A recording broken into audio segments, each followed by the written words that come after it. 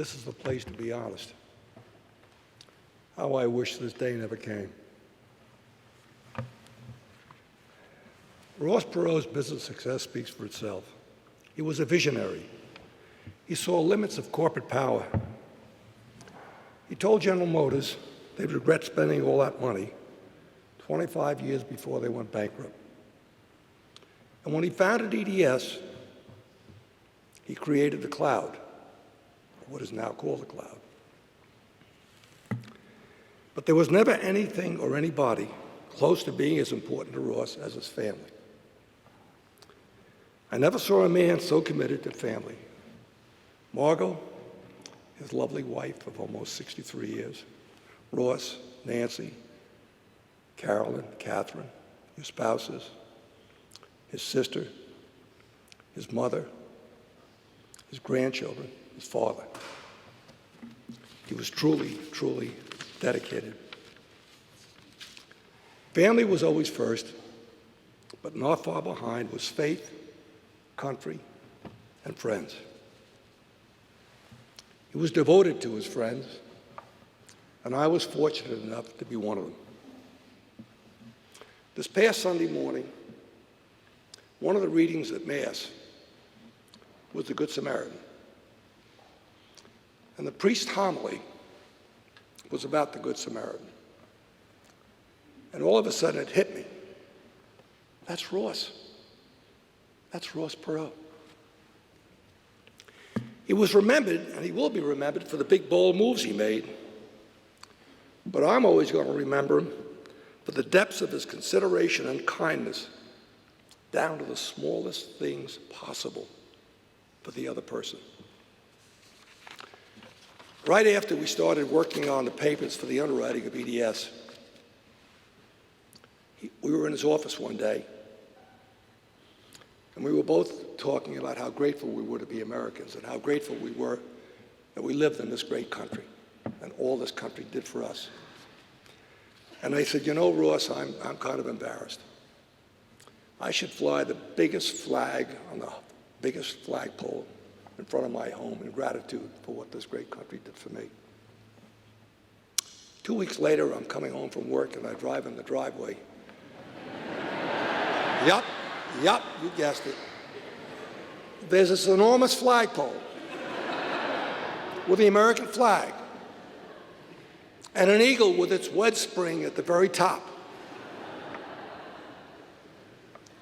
And at the base was a plaque to three fine young Americans, Ken Jr., Stephen, and Bruce Langone, by their father's friend, Ross Perot.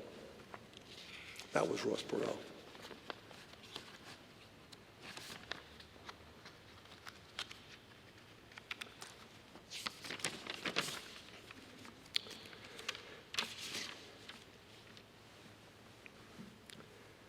Christmas Eve, 1968.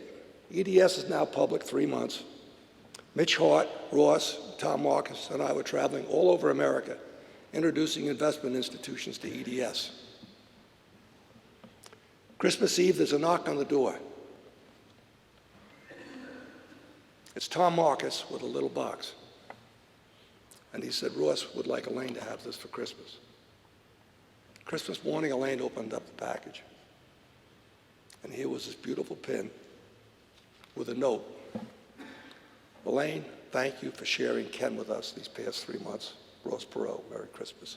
Elaine has that pin on today, by the way. He gets involved with the prisoner of war effort.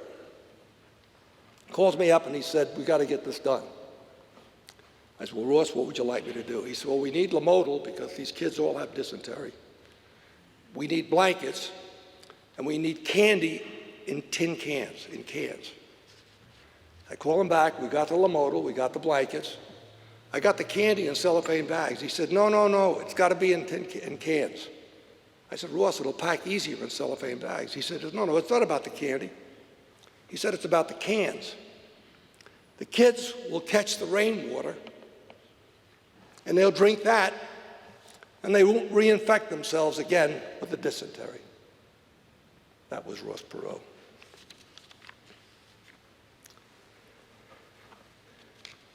The only time he ever missed Christmas with his family, he had led a group of wives and children whose husbands were prisoners of war in Vietnam to Paris. And he called me up 3 days before Christmas. They're all in Paris. They're in front of the North Vietnamese embassy demonstrating and wanting to know information about how their loved ones were or where they were or whatever information they could get. And he led this. He called me up and he said, you know, these people are coming home Christmas night, and we've got to figure a way out for them to have a Christmas. This was the genius of Ross Perot. He got you to do things you never thought you could do. It was amazing, amazing, the inspiration this man gave to all of us. Anyway, sure enough, we had a Santa Claus waiting for the kids at the Intercontinental Hotel at Kennedy Airport, and we had a truckload of toys for these kids, and they had their Christmas. That was Ross Perot. He was great with bold moves, but kindness to individuals meant everything. His company was staffed not with people from the Harvard Business School or NYU or Stanford. They were kids from all over small-town America like he was. And he said, you come with me, and I'm going to give you an opportunity. And everything that happens is going to happen for one reason and one reason alone, merit. That was all that mattered. The guy that did the best job or the gal that did the best job, they got the job. For example, 50 years ago, his CFO was a woman. He was committed to equality and diversity in his business long before it was politically correct. I'm sorry, it was 51 years ago. He was a born leader, but he was a born leader with a great sense of humor. I brought a team of white shoe, stiff lawyers down from New York to work on the underwriting of EDS. And we're sitting in his office, and he says, fellas, he said, we're going down to Johnny Cummings' barbecue pit for lunch today. I've ordered Johnny to make the specialty of the house, which is barbecued armadillo. It's the thing I like the most. And that's what we're going to have for lunch. So we go downstairs and hear all these properly bred, well-trained New York lawyers with their trays and go to the counter and get this barbecued armadillo, and we all sit down and everybody's pushing the meat around the plate, doing everything with it but eating it.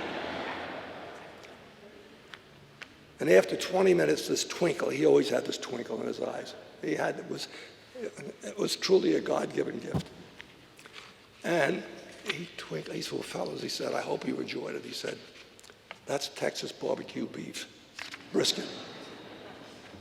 I looked at him and I said, I owe you one, Tex. 3 months later, the day of the underwriting,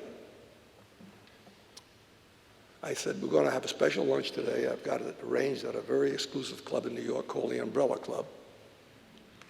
And I thought, I've got limousines down in the garage of the building. We're going to go down and get in the limousines and go to the club.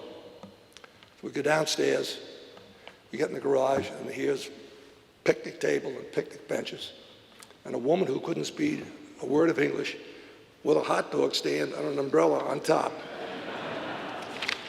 And I said, Ross, enjoy it. And he ate that hot dog like it was going out of style. And he winked and he said, you got me. He was a legend. He was a business visionary. He was a presidential candidate. He was a national figure. But he was the most down-to-earth, decent, caring man I ever met. Above all else, that's what he was. And he was special in every respect.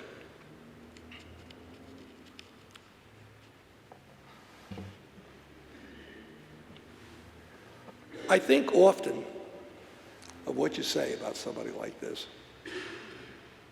And I think the best thing that says it all is right there today, his family. Because the bedrock foundation of all he was is here today, his family. You are his legacy.